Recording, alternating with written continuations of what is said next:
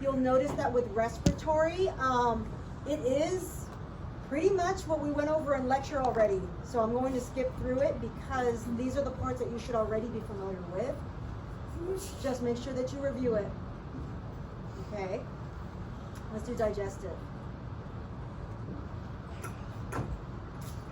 We're going to start off with, I'm very color specific here for a reason.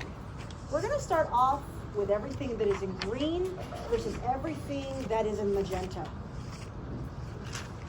So, there are two main parts to the digestive system. There are two sets of organs that are associated with the digestive system. There are the organs that food will physically go through. If food physically goes through, it's the whole passageway. That whole passageway is called the alimentary canal. It's also known as the GI tract if you're just mainly looking at the stomach and the intestine. The whole thing is called the alimentary canal. Whatever is in green are the parts of the alimentary canal. These are the parts of the alimentary canal that food will physically be inside it. Okay? Whatever is in magenta are the accessory organs of the digestive system. That means that food is not going to be in direct contact with them at all, with the exception of this part that has green parentheses. Does that make sense? Okay. Oh, we have a soundtrack too. It's lovely. Okay. So, starting with the alimentary canal, when you do your discussion post for your team, it's going to be a very short discussion post, 5 points.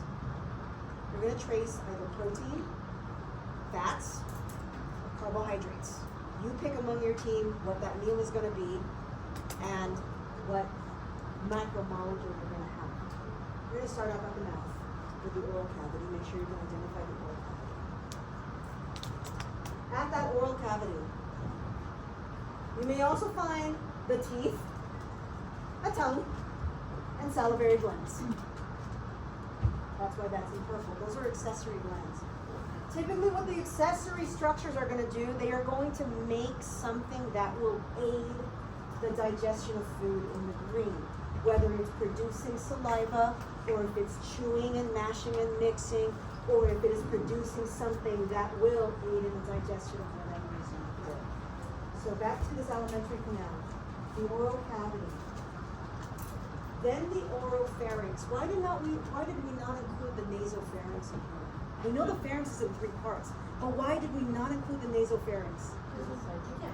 You're not eating through your nose unless you absolutely have to, right? That's when they shove a tube down. Okay, that's when they shove a tube there, but that's different, right? Okay, this is the pathway of food. Oral cavity. Goes to the back, to the oropharynx. Then it goes to the laryngopharynx. It has 2 choices. Either go in the front or go in the back. We kind of don't want to go in the front. Why? Because we don't want the food to go into the larynx. What's behind the larynx? The esophagus.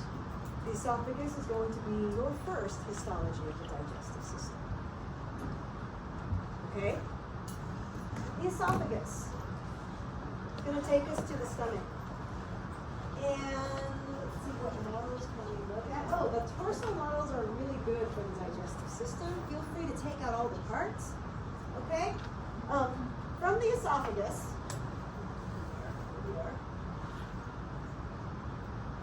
this is your histology of the esophagus, by the way, just to see where we just came from. Here is the oral cavity.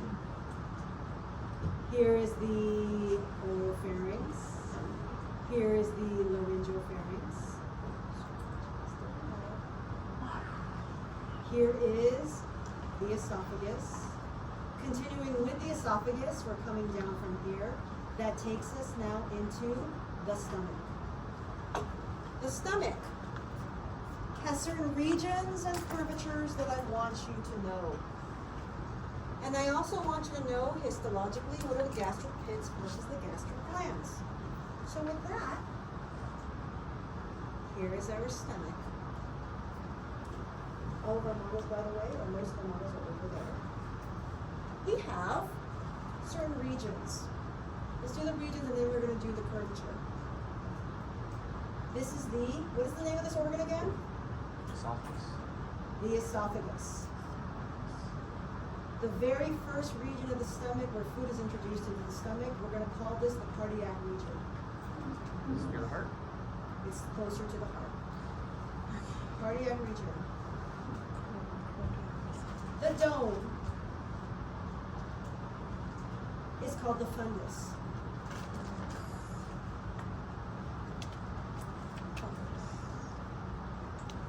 This whole part I'm tracing right now, that is the body.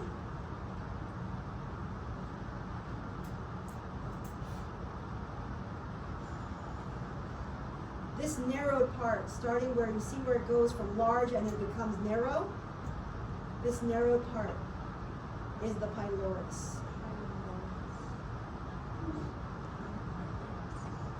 This ends with a little sphincter called the pyloric sphincter.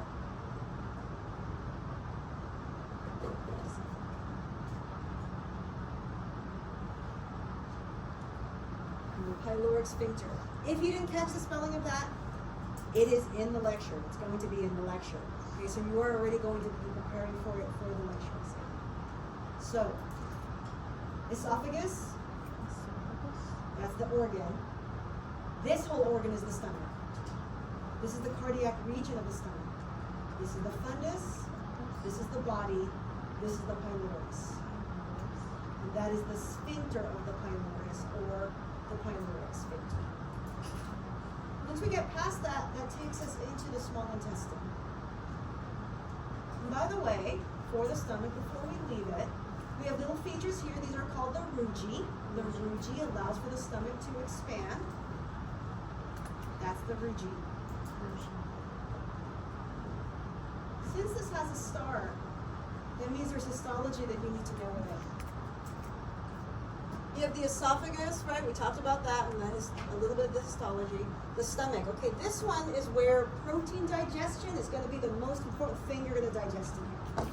Protein. So if you take on the protein in your post, this is where you start talking about a lot of the digestion. Because we have here these little areas, you see these little indents? Okay, by the way, the food will be here. In this space, the food will be here. All of these little indents are what we call gastric pits. A gastric pit is going to lead into a longer exocrine structure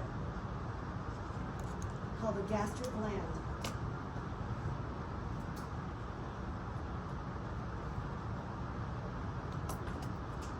So if you're writing along with me, if you're able to modify this document and kind of draw arrows and go like this, that's probably the best way that you can do it, is kind of point to this are the pits, these are the gastric glands. In those gastric glands, the following cells are found in there. You don't need to identify which is which on here, but you should know of their existence and what they do. These are the following and what they do. Parietal cells secrete hydrochloric acid. Parietal cells secrete acid. This is what makes the acid in the stomach. Parietal cells. One way to remember it, parietal starts with a P, so is pH. This is the one that will lower the pH. Parietal cells secrete acid. It lowers pH, correct. The chief cells. The chief cells secrete an enzyme. They make an enzyme that breaks down protein. I'm going to write it out here and then I'm going to erase it for just so that we have it down so you can write it down, and I'm going to erase it so I can make space for something else, okay? I want you to spell this.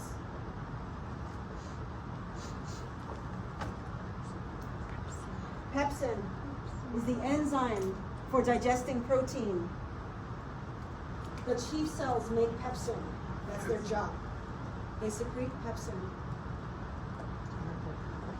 Mucus cells secrete mucus. How to spell mucus? It's like this, except no O. M-U-C-U-S is the thing that they make. O-U-S is the cell cell that makes it. This secretes mucus. So mucus is made in a lot of places, like a whole lot. But one of the reasons why we need to make mucus here is because it's such a highly acidic environment, and we have some very potentially dangerous enzymes that can actually chop up our own lining of the stomach. We don't want to do that. So that's why we have mucus, to help protect that line. So mucus.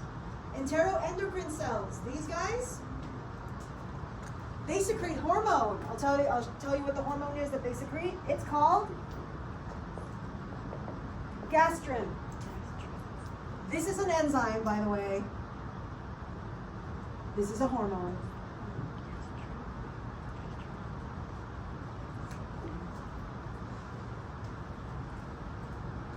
Then lastly, you have stem cells. Stem cells are going to do what other stem cells do. They replace any epithelial cells. That's it. All of these exist in the gastric gland.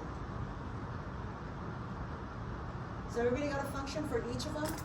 So these are for replacing epithelial cells. That's okay. It's a stem cell. You can say that. That's your stomach. Moving on. Okay, we got the regions. Okay. Last part I think I listed there the curvatures. Lesser curvature, greater curvature. Lesser curvature, greater curvature.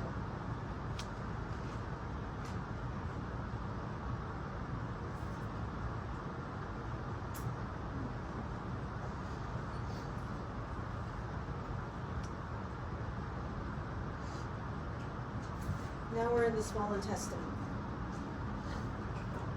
The small intestine.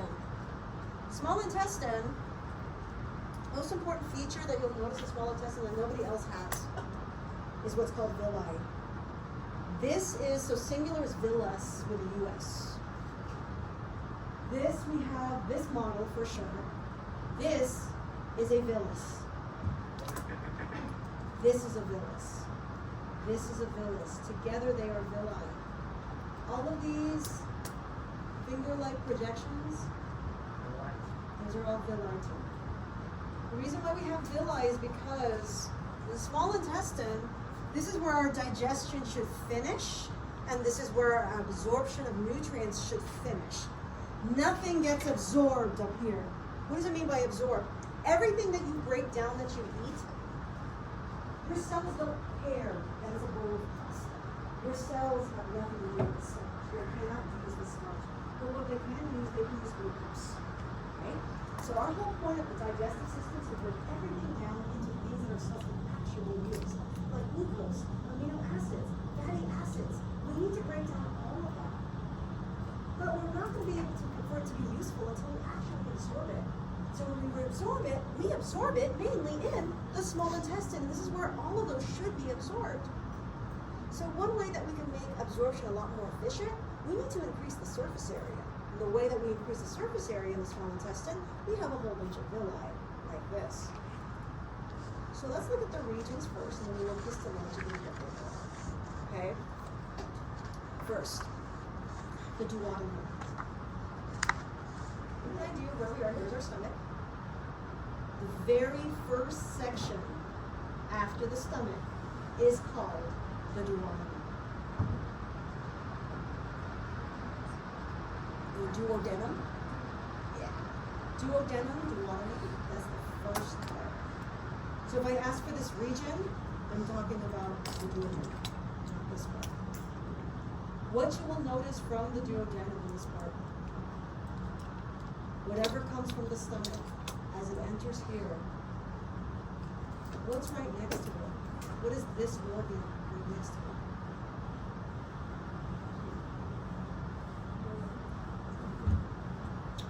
Okay, I'll show you where the liver is. The liver is up here. What do you think this one is? This is the pancreas. And I want you to notice, do you see this point right there? That means, you see this green passageway? This green passageway is coming from the liver and the gallbladder. So this is where the liver and gallbladder, they're going to add something to whatever came from the stomach. At the same time, the pancreas is going to add something to that same thing that was coming from the stomach. What is it adding to this mix? This is where I'm going to kind of go next door, and we'll talk a little bit about the liver, the gallbladder, and the pancreas, because this is where they are important. Let's talk about the gallbladder and the liver first. The liver, for one thing, we have a model over there. There are 4 lobes that you need to know of the liver. Okay? The liver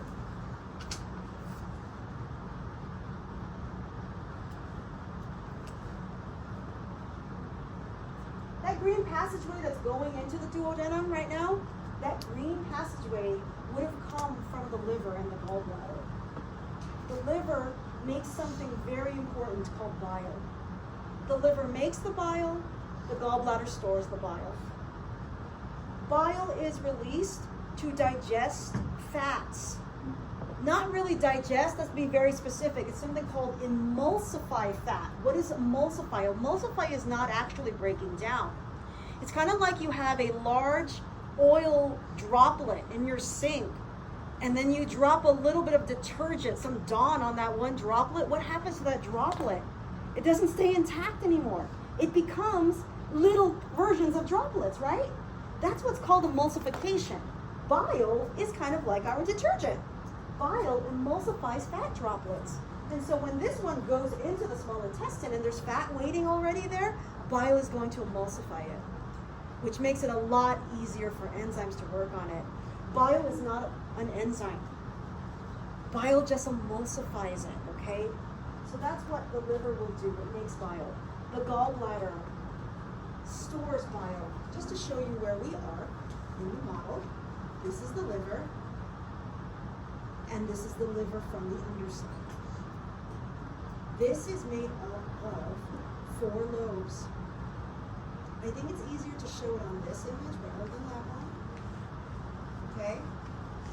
The 4 lobes are, I want to make sure we have enough time rather than going into every single thing. Okay? The 4 lobes, you have a right and a left. What if I told you this is the right lobe and this is the left lobe? This is the right lobe.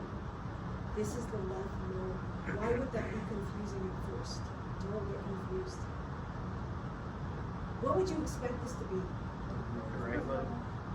You would expect it to be the left because we're so used to seeing everything on that side.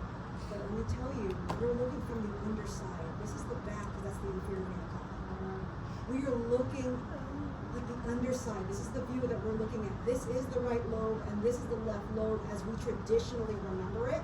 But if you are given this model, I'm just letting you know, you're looking from the underneath. This is the right lobe and this is the left lobe. If you remember the right lobe is just the biggest one of the 4, that's another way to remember it. The right lobe is the biggest lobe. Right, left, 2 more. Quadrate is the quad. That's the one next to the gallbladder. Caudate is the little tail that's right next to the inferior vena cava. Those are the 4.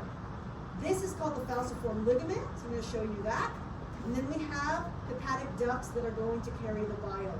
So anything that is in green in any of the digestive organs, by the way, these are all going to be our passageways for bile. Not blood, but for bile.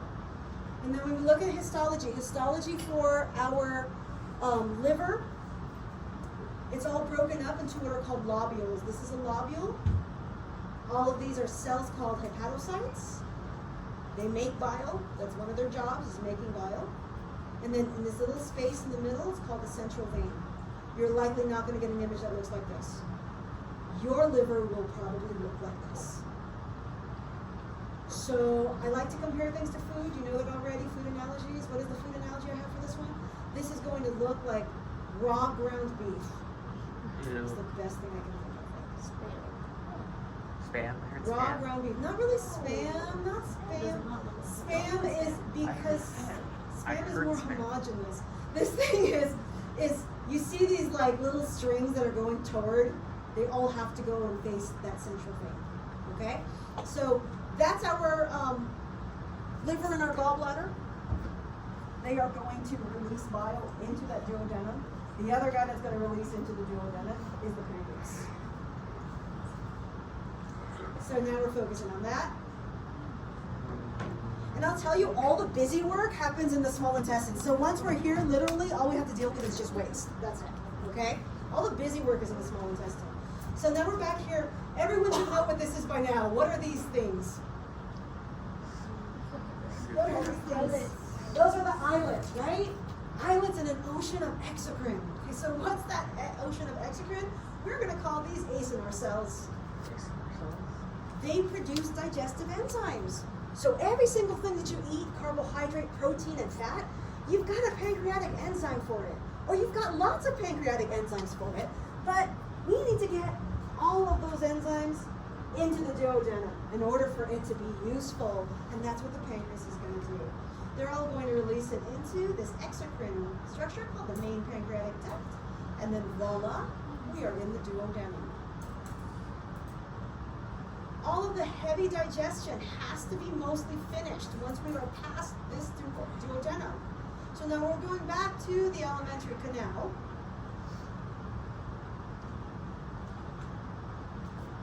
Duodenum was up here. Jejunum is right in the center. I'm not going to put the pin where it's very ambiguous, where, well, is this the end of the duodenum or is it the start of the jejunum? If I want the jejunum, I'm going to get it straight in the middle. You don't need to know exactly where it starts and where it ends. You should just know the general region, which is in the center. In the jejunum is where almost all of your nutrient absorption has to happen. Everything needs to be absorbed. All the glucose, all the amino acids, all the fats, everything. So that is the histology that you will be looking at. This is the one that has the most villi for that very reason. That's our jejunum right here. The last part is the ileum. We're going to go and fast forward a little bit, get a little bit closer to the large intestine. Ileum, how I could ask for it? I could ask for it right before the large intestine to make it very clear. This is the ileum. Literally the last part of the small intestine. There should be no absorption of nutrients happening at this point. We should already all be done. We have a little valve right here called the ileocecal valve. Let's go to the colon now.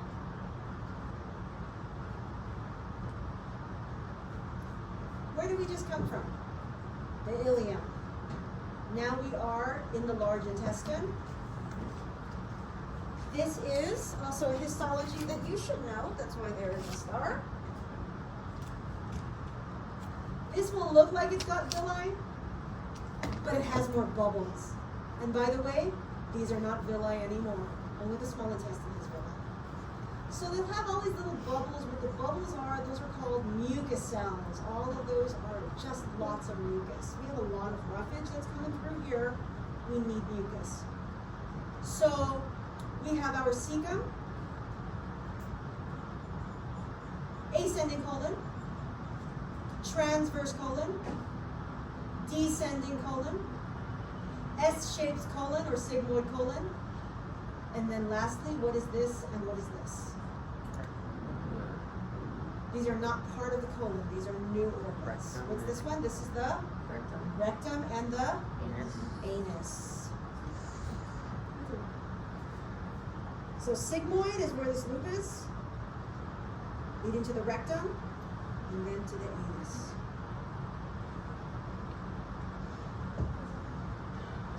Rectum, anus. This is your last histology of the alimentary canal. This is what's called the recto-anal junction. And the significance of this is your epithelium actually changes from one point to the other. Most of the time we have been simple columnar. Up until we get to the end, what's most appropriate if you're about to exit? When you entered, when the food entered, we had this first epithelium. When the leftovers exit, it's going to end as this epithelium. What is that epithelium that is so protective? It's on here. Stratified squamous? Stratified squamous. We started with stratified squamous in the mouth. We went with stratified squamous through the esophagus. We went to simple columnar starting with the stomach, and we did all the way through simple columnar. Then once we are at the anus, then we go back to stratified squamous. Does that make sense? Yeah. Do you see why? Yeah. What is simple columnar for? Digestion, digestion, absorption and secretion. What have we been doing the whole time? Absorbing and secreting. So we have protection at the start, protection at the end. That's what stratified squamous is for. So this transition will be very dramatic on the slide. We want you to find where the rectum ends and the anus begins. Simple columnar, and then out of nowhere, stratified squamous. That's how we know. And the last part, okay, we have that, okay? Ascending, transverse descending colon, okay? We have two sphincters for the anus. One is, I want you to guess, based on, okay, what you might be thinking. One has to be voluntarily controlled, the other one has to be involuntarily controlled. The internal one is involuntarily controlled. What muscle do you think the internal one? So there's an internal and there's an external. Internal, I'm just gonna add it here, versus external. Internal is involuntary. What kind of muscle do you think that's gonna be made out of? Smooth. External is voluntary. What do you think that one is made out of? Skeletal. You're going to see the same thing for urinary. The urethra will have the same thing too. Right? So that's our alimentary canal from start to finish. Ignore this part about the Google Doc links. This was from pandemic, right? Okay. I'm going to go in the main room. Remember there were Zoom rooms? Oh yeah, I there. don't want to go back to that. I don't want to go back to that. Those are the Sorry, it was just kind of left up in there. Okay. 201 during pandemic was fine. Sort of. I did not like the lab part because we were online the whole time. Okay. So, we went through that. We went through all of those. The last thing is, what is this? These are the layers of the alimentary canal. Everybody okay with me so far? I know that I'm going fast. I'm going fast. We gotta go through it. We gotta do it.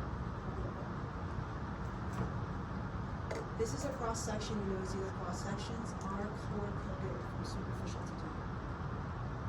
That means there's a version of this in the esophagus, in the stomach, the small intestine, and the large intestine. All the way down, even to the rectum. Not so much with the anus. What I want you to focus on mainly though, where a lot of this is going to come into play, is the small intestine. I'm going to show you this slide.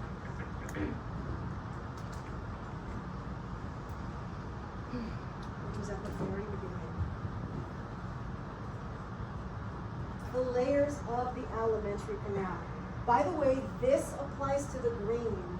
This does not apply to anything that is in the magenta, because this is not the alimentary canal. These are accessory organs. I'm going to leave that behind. This applies to this.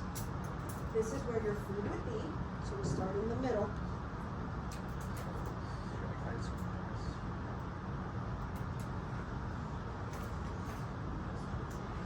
Food is going to be there. From outside to in, there's a connective tissue layer called serosa, and it's thin. That in the model, I'm going to go with the model that we have. I'm going to show you. This is where the food would be. So the serosa is right there. Superficial to deep. Superficial to deep. We're going from the outside of this intestine to the inside. Okay, where my pointer is right now, that's the one that is in the red. That is called the muscularis externa, and that's made up of smooth muscle.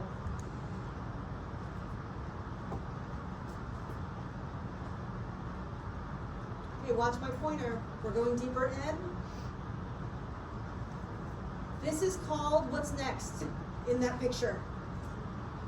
This is the submucosa. That is connective tissue. That's the one that is in black. This connective tissue is also going to have a lot of blood vessels through it. It's going to have lymph vessels through it. It's going to have nervous tissue in it. It's got a whole bunch of stuff.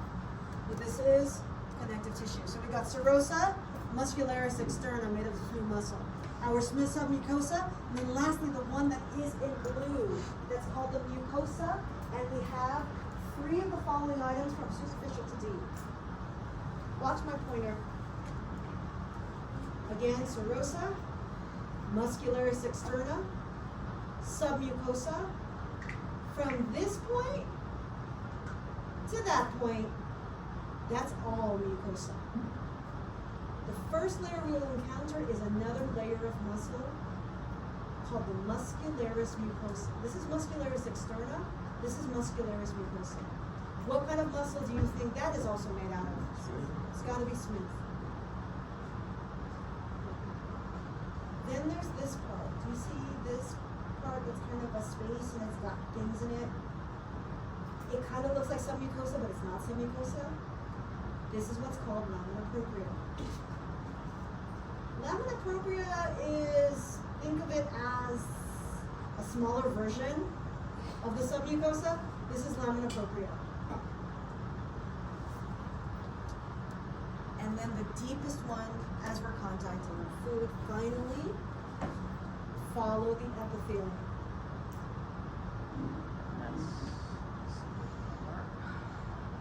What kind of epithelium does that look like to you? That is simple columnar.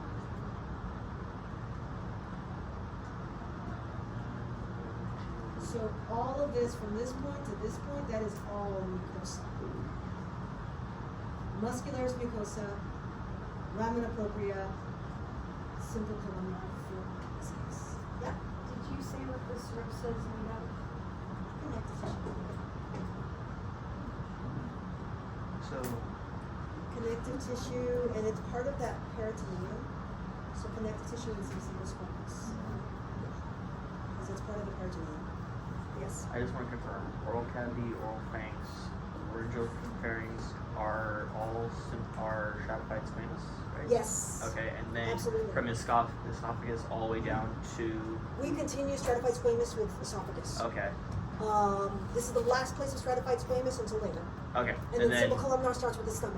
okay, and then all the way to the rectum, All the way through until we get through the rectum, and then it switches. and then it switches back. Okay, Okay, that's a great I just question. wanted to get that Good. for my Everybody notes. got that? Okay. We start off with stratified squamous. Think about where your chunkiest food is going to be. Stratified squamous, stratified squamous, stratified squamous, stratified squamous. Then we start to do chemical digestion in the stomach. Simple columnar, simple columnar, simple columnar, simple columnar, because it's all secretion and absorption from here on out. The rectum is the last place where we have simple columnar, and then we go back to stratified squamous with this. That's our alimentary canal. We don't have to talk epithelium for this, guys. Okay. It's really a non-issue. We know that they're secreting things, okay, so there is epithelium in here, but it's not arranged like that. So just want to make that very clear that alimentary canal layers is just for the stuff that is in the brain. And then this is a separate thing, okay? So that was a lot, and you can do this. You can do this. So talk to your team how you want to tackle it. If you want to do respiratory first and take some good pictures of it and just kind of get it over with and do that little review. And then you can do maybe digestive system because it has a lot more structures for you to keep track of versus this one, which is a lot of histology. So it's up to you guys how you want to do the rest of your time. I want you to stay until the whole time. So 12:35 is when we're out. 12:35. We're definitely not doing dissection today. So do whatever you want.